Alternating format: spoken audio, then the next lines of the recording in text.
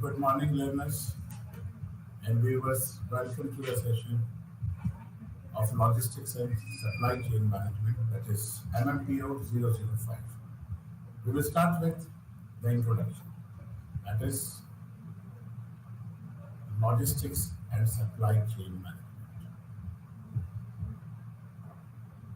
A supply chain may be considered as a group of organizations connected by a series of trading relationships. This group covers the logistics and manufacturing activities from raw material to the final consumer. Each organization in the chain procures and then transforms material into intermediate or final products and distribute these to the customers. The supply chain can be defined as the integral management of the company's various logistical stages, such as material procurement, production, storage, distribution, and customer service. Supply chain concept should be seen as a whole, that is, the entire system, from the origin of procurement to the final consumption of the goods or services. The main objective of supply chain management is to monitor and relate production, distribution, and shipment of products and services. And this can be done by companies with a very good and tight hold over internal inventories, production, distribution, internal productions, and sales. The concept of supply chain is not new. We have moved from the physical distribution to the logistics management and then to supply chain management. This major difference seems to be that the supply chain management is the preferred name for the actualization of integrated logistics, with it acting as an enabler. It is now possible to have an integrated process view about the logistics and all allied processes related to the business. Ideally, the supply chain should be a seamless chain, as we can see from the following figure. It is basically related to raw material, which comes under material flow chain, and the second end is end customer, which is related somewhat related to product ordering chain, and they are all interconnected among their things. The importance of logistics can be gained from the fact that logistics and supply chain management costs are in the range of 10 to 15% of the GDP of developing countries, while it is around 18 to 20% for developed countries. The concept of integrated logistics consists of two interrelated efforts. First one is logistics operation. Logistic operation can be basically clubbed into physical distribution management, materials management, and internal inventory transfer. Secondly, the other one is logistics coordination. Logistic coordination pertains to forecasting, order processing, operational planning, and product procurement of MRP. This integration is affected through effective information flows. Now, we will look through the definitions which are provided by different people associated with the subject.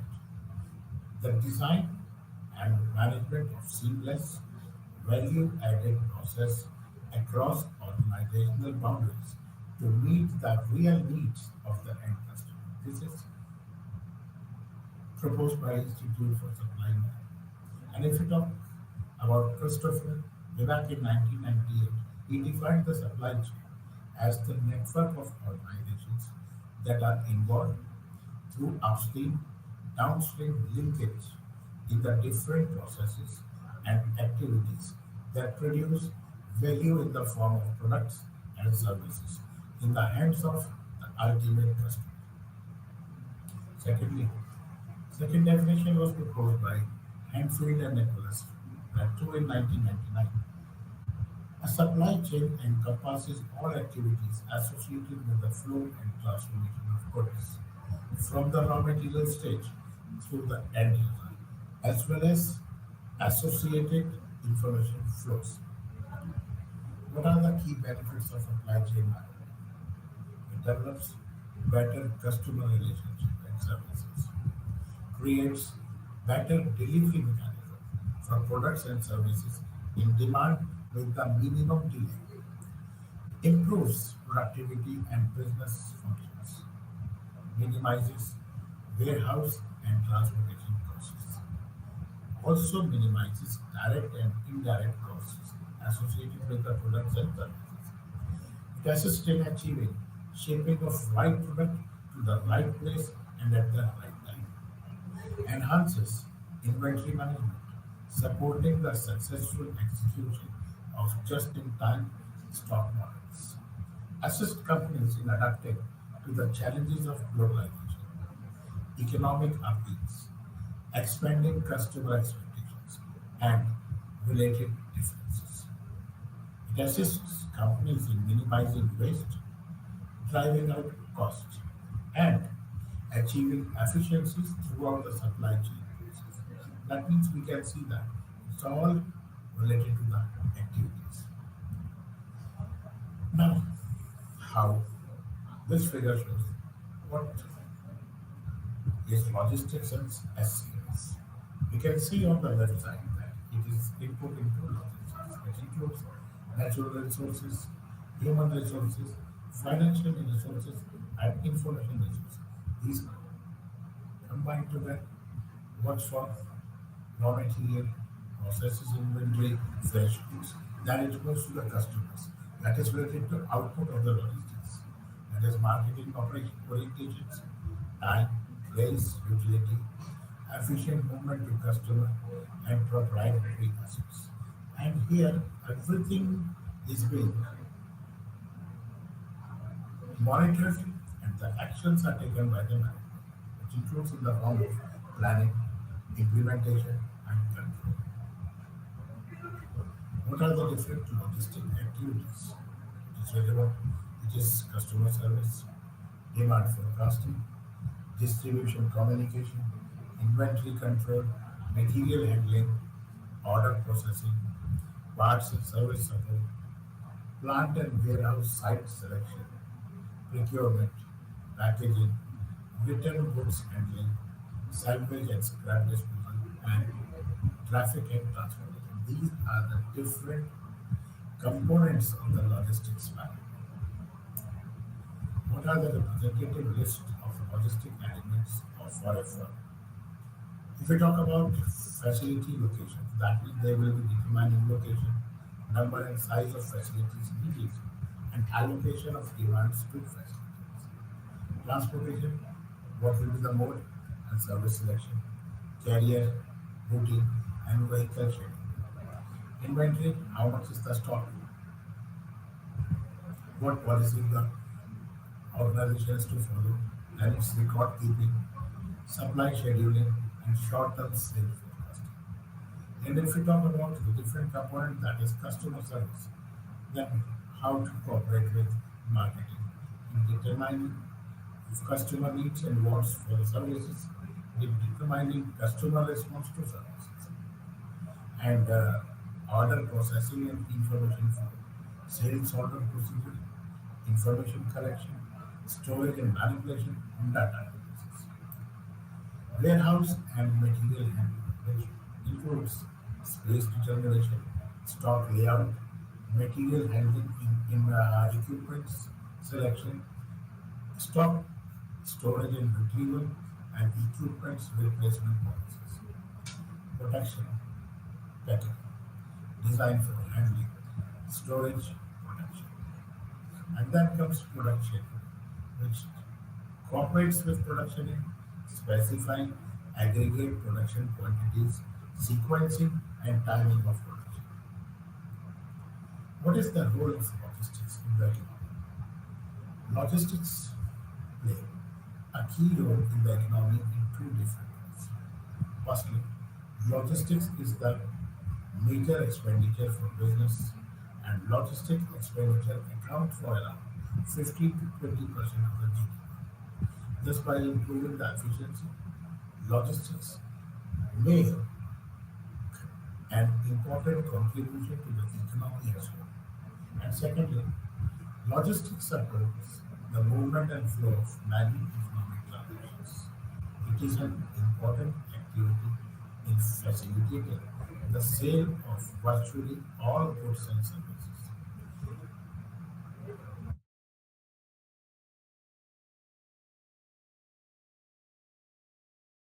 After that, goods do not, if goods do not arrive at time, customers cannot buy them.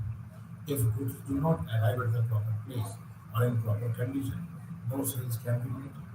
Thus, all economic activities throughout the supply chain will suffer. One of the fundamental ways that logistics add value is by creating utility. From an economic standpoint, utility represents the value of usefulness that an item of service has in fulfilling a want or need. There are four types of utility, namely form, possession, time, and place.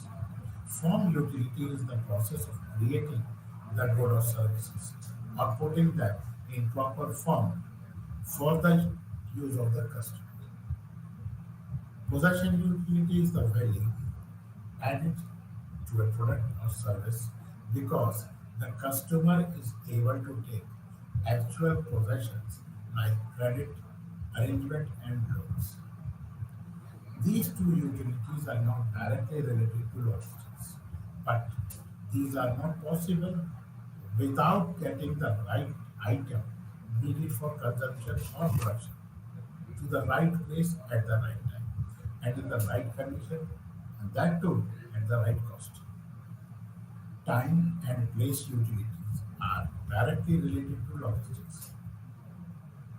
Time utility is the value added by having an item when it is needed. Place utility is the item or service available when it is. The five rights of logistics are the essence of two utilities provided by logistics: time, place, utility. Logistics and competitive performance. Today, logistics department appears on the organization chart of many large organizations, linking logistics activity directly to organization strategic plan. Can work effectively to support their organizations for achieving competitive advantage.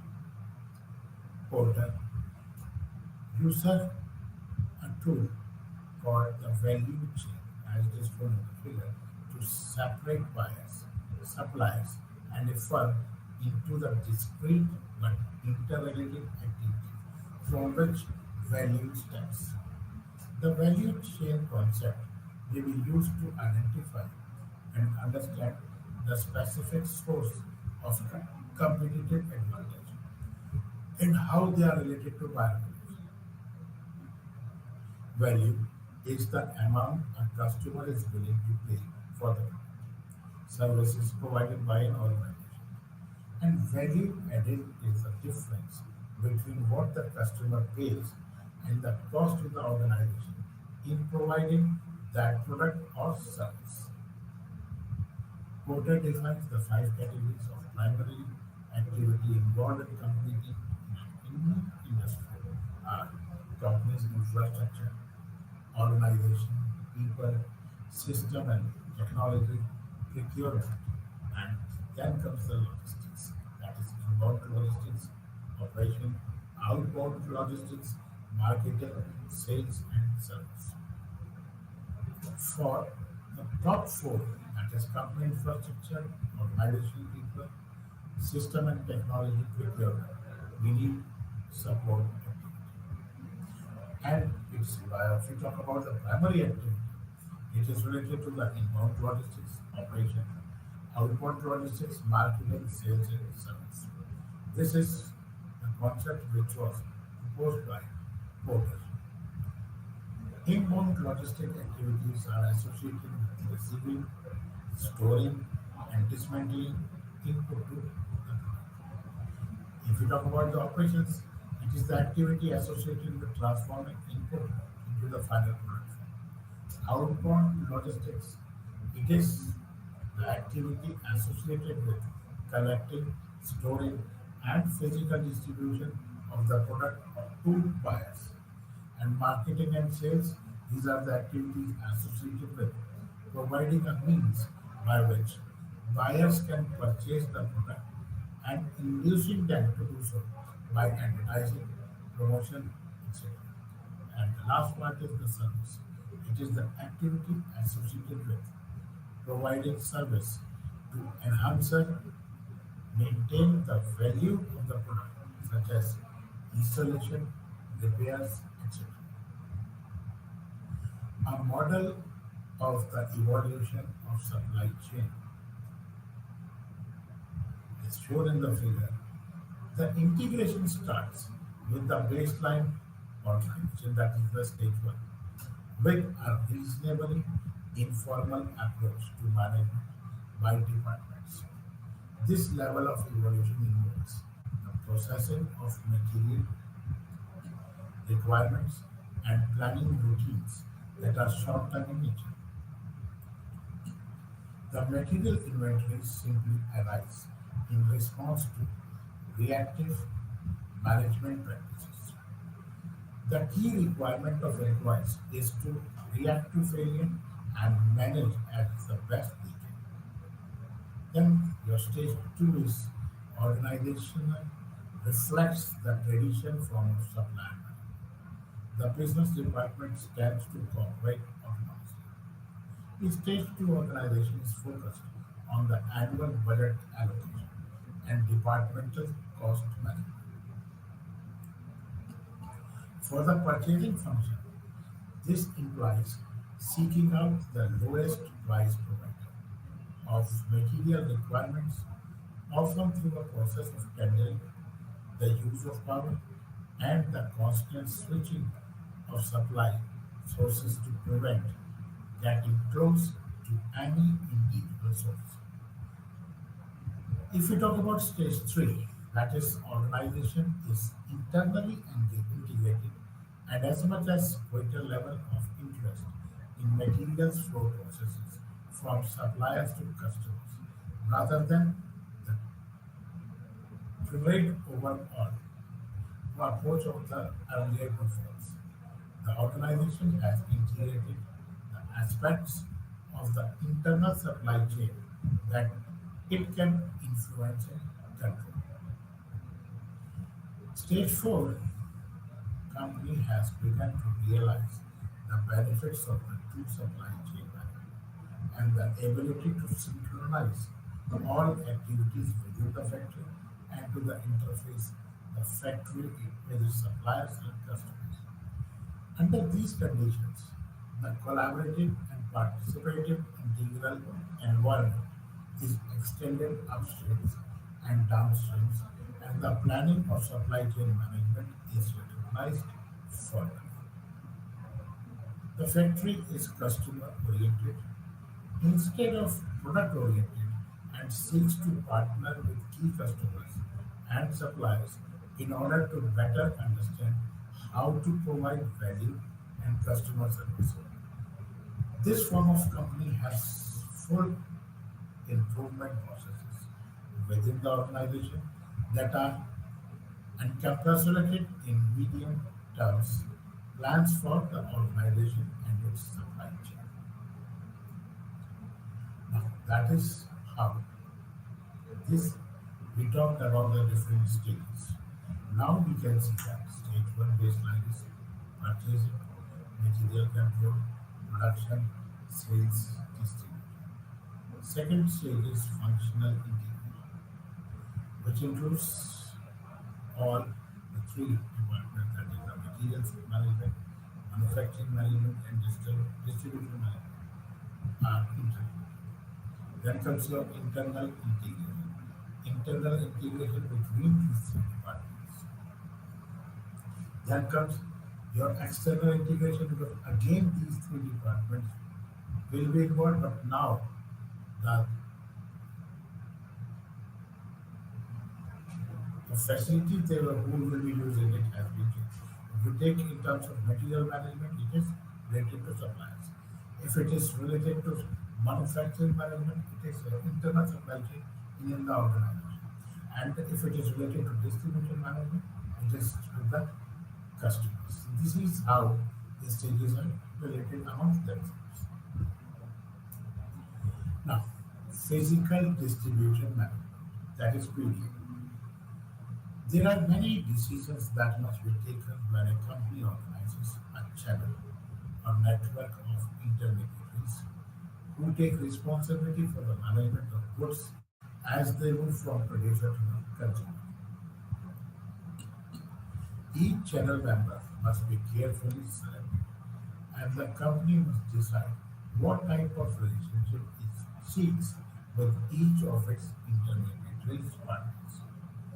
Having established such a network, the organization must consider how these goods can be efficiently transferred in the physical sense from the place of manufacture to the place of control. Physical distribution management, what we call it as PDA, is concerned with ensuring the product is in right place and at the right time. It is recognized that PDM is a critical area of overall supply chain management. Business logistical techniques can be applied to PDM so that the cost and customer satisfactions are optimized. There is a little point in making large savings in the cost of distribution if it is for local. Sales are lost because of customer dissatisfaction. What are the components of PDM? There are four principal components of PDM that are order processing, stock level or inventory, warehousing, and transportation. Now, what is meant by order processing? Order processing is the first of the four stages in the logistical process. The efficiency of order processing has a direct effect on lead times. Orders are received from the sales team through the sales department. This is an agreement between the buyer and the seller to supply a particular product or commodity as and when required without the necessities of negotiating a new contract every time an order is placed. Order processing systems should function quickly and accurately. When buyers review the suppliers, efficiency of order processing is an important factor in their evaluation. A good computer system for order processing allows stock levels and delivery schedule to be automatically updated so management can rapidly obtain an accurate view of the sales position. Accuracy is an important objective of order processing, as are procedures that are designed to shorten the order processing cycle. We can take up an example of very simple example of there are distributors, there are warehouses, they are all associated with among themselves. If we talk about uh, showroom which is related to a bike, in that case, whenever a particular vehicle is sold by the particular showroom, but they are being networked and they are all interrelated. As soon as a vehicle is purchased or they sell a vehicle, that information simultaneously reflects everywhere in the network of the customers or showroom owners at the warehouse and that too at the uh, factory unit. Then comes your inventory. Inventory or stock management is a critical area of review because stock levels have a direct effect on levels of service and customer satisfaction.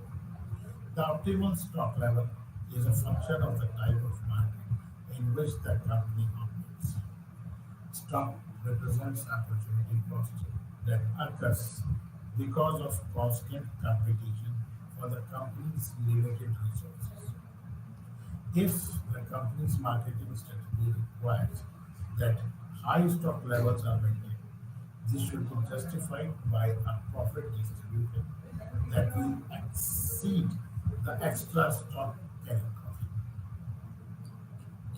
Then comes your warehouse. Many companies function adequately with their own on-site warehouses, from where goods are dispatched direct to the customer.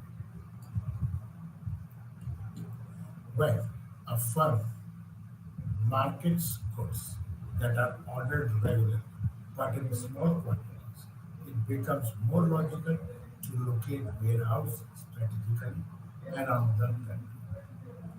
You might have heard all FMCGs are having warehouses. Transportation can be carried out in bulk from the place of manufacturer to respective warehouses, where stock waits ready for further distribution to the customer. This system is used by large retail chains, except that the warehouse and transportations are owned and operated by them by logistics. Transportation usually represents the bulk of distribution cost. It is usually easy to calculate it because it can be related directly to the weight or number of units. Cost must be carefully controlled through the mode of transport selected amongst alternatives, and these can be constantly reviewed. Basically, transportation medium what is normally followed is by road, by air, and in some cases by ship. The chosen transportation mode should adequately protect goods from damage in transit. That means a factor just mentioned makes air flight popular over long routes or less packaging is needed than for long sea voyages. Not only do damaged goods erode profits, but frequent claims increase insurance premiums and inconvenience to customers and lingering future business. The system or total approach to PDM has been neglected in the past. A fragmented or disjointed approach to PDM is a principal cause of failure to provide satisfactory service and causes excessive costs. PDM is concerned with ensuring that the individual efforts that go to make up the distributive functions are optimized so that a common objective is realized. This is called a system approach to distribution management, and a major feature of PDM is that these functions be integrated. To plan an efficient logistics structure, it is necessary to be aware of the interaction between the different distribution costs and how they vary with respect to the different depot alternatives, that is related to number, size, type, and location. This figure demonstrates how the individual distribution and logistics cost elements can break up the total logistics cost. Along the x-axis we have number of depots and along y-axis we have cost. The different costs which are included are tracking cost, inventory cost, storage cost, system cost, and local delivery cost. Now, when we are going to club all this, at the top we are going to see that total distribution cost component comes. Storage costs will increase as the number of depots will increase because there will be a need for more stock coverage, more stock space, and more management, etc. To the work will be required. Delivery cost, this will concern with the secondary transportation cost. That is the cost of delivery from depot to the customer. The greater the number of depots, the lesser is the secondary mileage and the delivery cost. Trunking cost, this is the primary cost in the supply of products in bulk to the depots from the central finished warehouses or production plants. As the number of depot increases, the cost will also increase. Inventory cost. The main element of inventory cost are capital cost, the cost for physical stock, that is the financing charges, which the current cost of capital may come. Service cost, that is the stock management and insurance cost. Risk cost, which occurs through privilege, deterioration of stock, damage and stock obsolescence. And then comes your system costs. These costs represents a variety of information or communication requirements ranging from the order processing to load assembly list. Now, what are the principles of supply chain? That means, how does SCM work? The supply chain management is viewed as a system that links an enterprise with its customer and suppliers. This information is refined through planning into specific manufacturing and purchasing objectives. SCM is an integrated approach that is highly interactive and complex and requires simultaneous consideration of many trade-offs. SCM is the management of all key business processes across a number of supply chains. Successful SCM requires a change from managing individual function to integrating activities into key supply chain processes. Now, how supply chain system works, how it is related. Because we had been discussing that it is between two things, that is the customer and the suppliers. Now we can see that how suppliers and customers are related. That means value and inventory flow is there. And requirement information flow is from customer to the supplier. And in between, the enterprise component is physical distribution, manufacturing support, and purchasing. These all five are interrelated amongst themselves because they are getting the feedback on continuous basis. The key processes for the integrated SCM are customer relationship management. This is the process to identify the key customers. As the customers are moving to center stage, more companies have begun to treat a customer as a value independent entity. The companies no longer view sales as selling of their products, but as selling of relationships, solutions, support, and care. Customer relationship teams develop and implement partnering programs with key customers, product and service agreements specifying the levels of performance and established with these key customers. Customer service management. Increased and intense competition all around have made customer service as the key differentiator in a marketing system. Customer service provides the single source of customer information. It provides the customer with real-time information on promised shipping dates and products availability. Customer service is a valuable business activity, governing both resources and top management attention. Customer service is being offered in many forms, such as post-warranty support, fast repairs, etc. Demand management. Customer demand is the form of irregular order pattern is the largest source of variability. Given this variability in customers ordering, demand management is a key to effective SC process.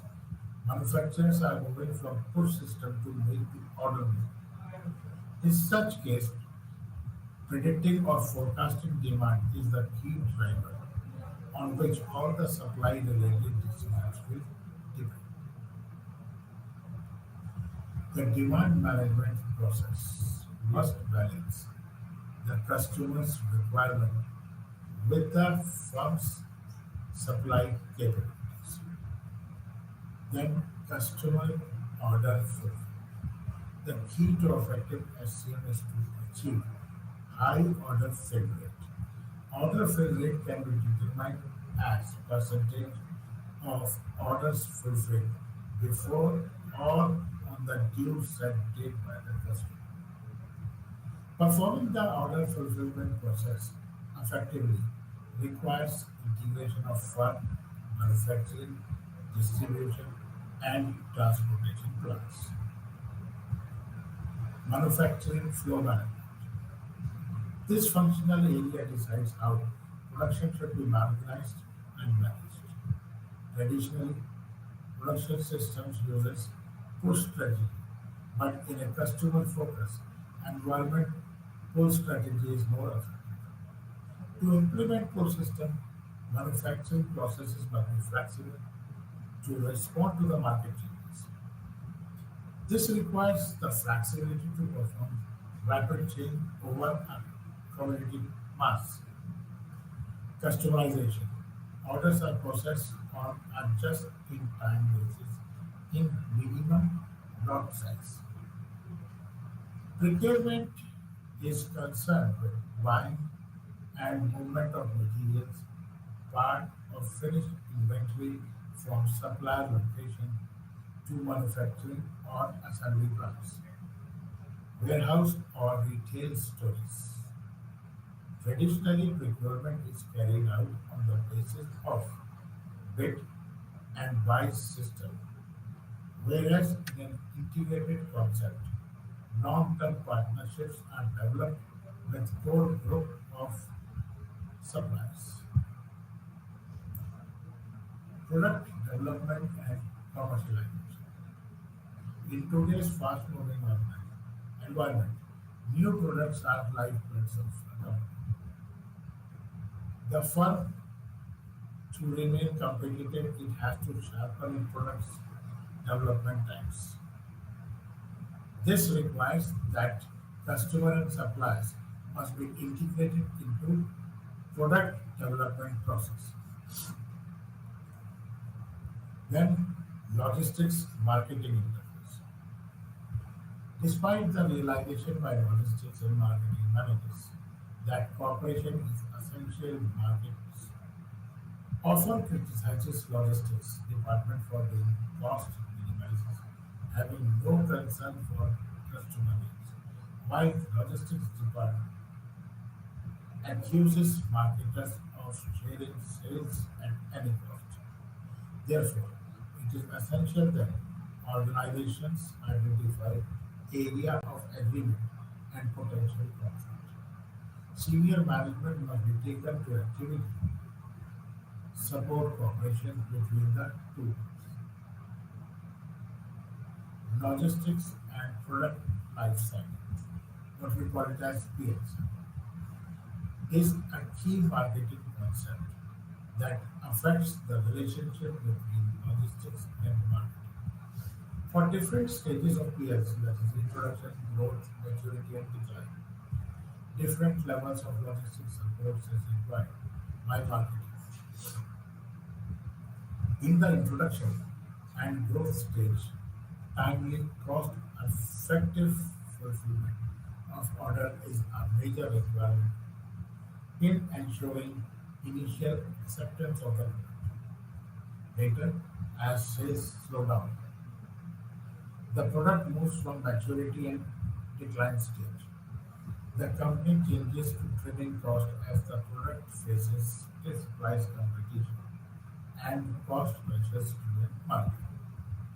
Hence, there is a need for logistics manager to understand what marketing is trying to achieve with each product and why appropriate level of logistics support is required accordingly.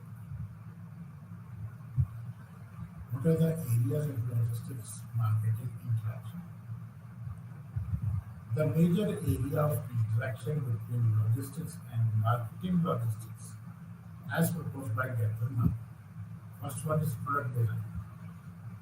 This can have a major effect on warehouse and transportation utilization, and therefore cost. Pricing. This is the means by which logistics services customer demands affects the overall cost of the product and in turn the organization's pricing policy. Market and sales forecast. Market forecast will largely dictate the level of logistics resources needed to move products to customers. Customer service policy. It is marketing. If marketing opts to offer a very reasonable level of service to the customer, logistics resources in the form of facilities and inventory will need to be very considerate. Then comes your number and location of warehouses. This is one of the finest areas of contention and can easily be resolved in marketing and logistics develop the policy jointly. Inventory policies, this is another area of contention as the decisions have a significant bearing on operational cost and the extent to which desired levels of customer services are achieved. It is another key area where policy should be developed jointly. Order processing. Responsibilities for who receives customer orders and the speed and efficiency with which they are processed has a major impact on operational cost and customers' perception of service levels. This is another area where joint policy making is preferred. Next one is channel of distribution. Decisions to deliver direct to the customers or through intermediaries will greatly influence the level of logistics resource required. As channel changes, so will the resources required. Logistics manufacturing interface. Manufacturing and logistics are interrelated, so no one can be considered in isolation.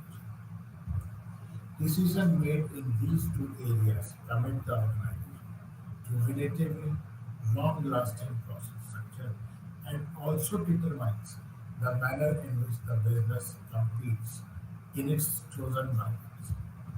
To maintain its competitive position in a dynamic industry, the manufacturing and logistics functions must respond positively by considering the manufacturing logistics network as a whole and continuous improvement programs coordinated across the various activities like delivery service, production priority control, and purchasing to exploit the synergy available.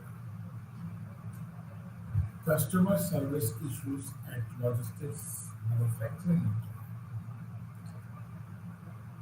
Customer service strategy is an ongoing process of increasing both the quality and number of links between the manufacturing organization and the customer.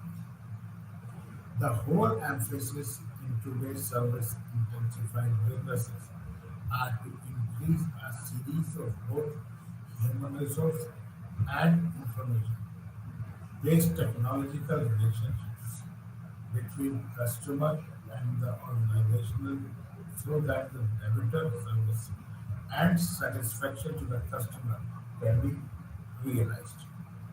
The issues at the manufacturing logistic interface for better customer services are demand forecasting. The general function of product forecasting is short to medium is to contribute to the process of ensuring the availability of stock for customers. This includes the use of distribution requirements planning, that is TPR, wherever appropriate, customer and supplier oriented system.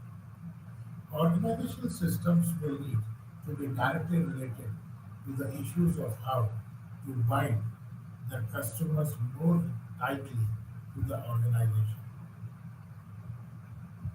and how effectively integrate suppliers into the overall supply chain with the objective of enhancing customer service. The systems installed by organizations will need the capability to formally link the customers in a form that benefits both parties. Systems will also be required to link with suppliers in the manner which gives meaning to the concept of strategic alliance. Plant configuration. The location, nature, and operating performance of manufacturing facilities, central warehouse, and branch warehouses impact directly on both cost service and service levels. When the links between manufacturer and customers and manufacturers and suppliers are complete, a rethink of the logistics that is supply chain network from supplier through to the customer will be required. And there are two reasons. Available technology, particular information technology, will allow certain branch or plants configuration previously ruled out to be feasible. There will be an ongoing need to reduce in real time the cost of the network. And moving further, that is now it is master production scheduling, that is MPS. The master production scheduling is an area where the number of parties, that is manufacturing, logistics, marketing, finance, have a vested interest. It is the single instrument which demonstrates the plant flow, finished goods inventory levels, customer service in terms of stock availability, machine utilization, capital utilization, labor productivity, output, and need for overtime, casual employees, and so on. The real power of MPS, however, is its potential to involve all interested parties in practice. When people from marketing, logistics, and manufacturing set and agree on a schedule, the result is supplier schedule. Now we move to Unit 2, which is related to customer focus and supply chain management. Supply chain management competency contributes to an organization's success by providing customers with timely and accurate product delivery. A customer is any delivery destination, from consumer homes to retail and warehouses business to the receiving docks of firms' manufacturing plant and warehouses. It is important to clearly understand customer service deliverables when establishing supply chain management strategies. The customer focused marketing is built on three fundamental concepts: the essence of marketing orientation to business policy, developing supply chain management competencies as strategic resources to customer service planning. And the third one is the changing nature of the most desired supply chain management practice to accommodate product life cycle requirements. Customer service. A customer focused strategy needs to accommodate and develop a combination of product and services that justifies customers. One of the key factors for successful marketing is the availability of the product and services to the customer when and where desired by them. The basic customer service is defined in terms of availability, performance, and reliability. If we start with availability, it is the capacity to offer inventory when demanded by the customer. Normally, this is achieved by stocking adequate inventory in the anticipation of demand and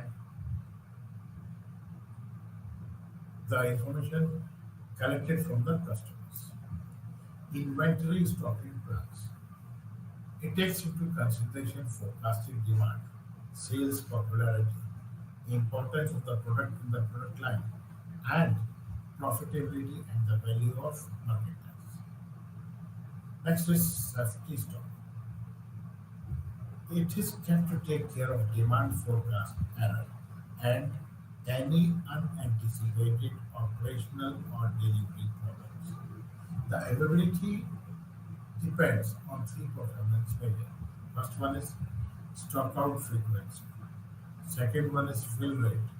And the third one is orders shipped. Operational performance can be measured in terms of speed, consistency, flexibility, and malfunction and recovery. If we talk about speed, it is the time taken for executing an order. Consistency is it reflects the execution of large number of orders in expected delivery time. Organizations' ability to respond to unexpected situations or requests for unique customers shows the flexibility. And then comes your preventing malfunction and having contingency plans for prompt recovery can add value to customer service management. Reliability. It is one of the most important dimensions of customer service quality. Customers' confidence can be built by providing advanced, accurate information on the status of their orders rather than giving surprises.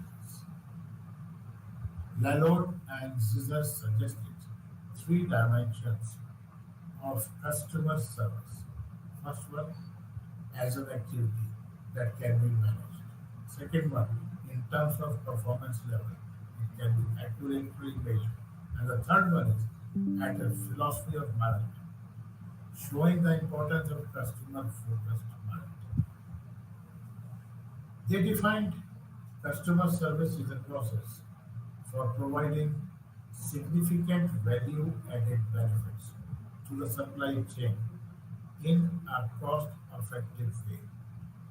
Excellent customer service performance is likely to add value to the members of supply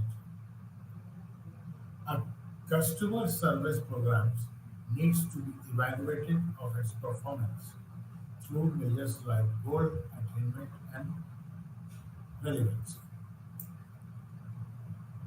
Now, SCM issues related to functional and innovative products. Products can be classified into two categories, either primarily functional or primarily innovative based on their demand patterns. It helps a manager to understand the nature of demand of their products and devise the supply chain that it can best satisfy that. demand. The root cause of the problem faced by many supply chains is a mismatch between the type of products and type of supply chain. Functional products are the staples which satisfy basic needs, do not change, such over time, have stable, the predictable demand, logistic life cycles, and available at a wide range of retail outlets or grocery shops. Their stability invites competition and leads to lower profit margins. Each of these two functions incur physical cost, that is cost of the production, transportation, inventory storage, and the market mediation cost arising of markdown or lost sales opportunities and dissatisfied customers. Now, this table shows the functional versus innovative products. The first column is related to the aspects. Second one is the demand, and the third one is unpredictable demand. That is what we call it as innovative. We start with for a predictable demand, and it is related to functional cost. The product life cycle will be more than 2 years. This is the assumption. Contribution margin is 5 to 20%. Product variety is low. Average margin of error in the forecast at the time production is committed 10%. Average stock runout is 1 to 2%. And average forced end of session markdown as percentage of full price. It is not there. And lead time required for made to order products is from 6 months to 1 year. And if we talk about innovative part, that is unpredictable demand.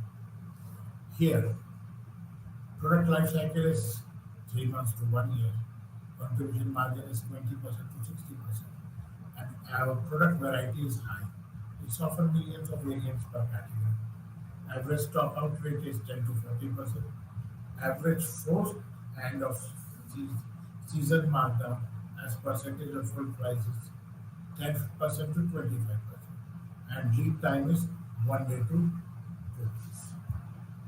A global brand can be greatly benefited by having gathered knowledge of customers and their choices through channel partners and can create global products which may need to be adapted as per the local preferences. Efficient consumer response, what we call it as ECR, uh, it is a concept which is related to a strategic choice for many organizations to survive, grow in the current business environment, which is driven by competition, speed, technology, customer satisfaction, and ever-changing customer preferences. ECR provides a competitive advantage to differentiate from other players. ECR includes the following strategies. First, widespread implementation of EDI, that is electronic data input, up and down the supply chain, both between supplier and the manufacturers, manufacturer and the distributor, distributor and the customer. Greater use of point of sale, that is POS, data obtained by greater and more accurate use of barcoding. Cooperative relationship between manufacturer, distribution, suppliers, and customers. Continuous replenishment of inventory and flow through distribution, that can be done by just in time or cross dock. And the fifth one is improved product management and promotions. One of the most beneficial aspects from ECR would be building relationships with the customers. Customer satisfaction improves as customer gets what he wants.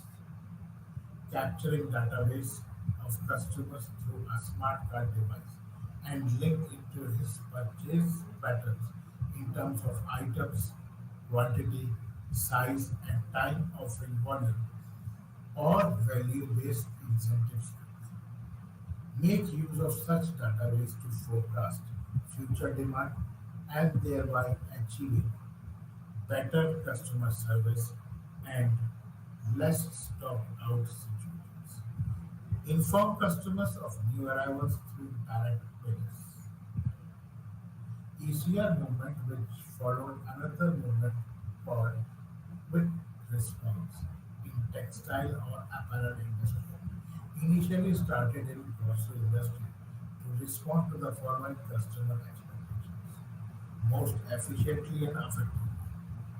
They get what they want when they want it and as much quantity as they need. They get it at the most competitive price. They achieve satisfaction or delight through customer value addiction. They feel good for having received attention and they feel happy being cared for. And they enjoy being listened to and being served quickly.